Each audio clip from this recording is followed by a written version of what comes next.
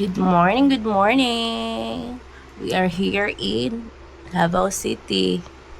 Kakauwi lang namin, guys. And we're having a coffee. Vlogger yon. First day of talking to my camera. Ano na? So cringe. Grabe, gipa maulan dyan ko sa biyahe. Pinaka-oras na nagbiyahe from Cotabato to Davao. 4 hours na biyahe from Cotabato to Davao. And, take note, nagmotor lang mi.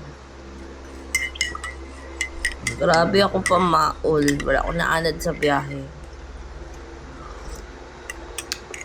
Grabing kapwi. Kapaya, siguro tayo sakyan na, no? Oh. Time na ba? Sign na ba to, Lord? Na mo pa rin sakyanan? Please, give me a sign.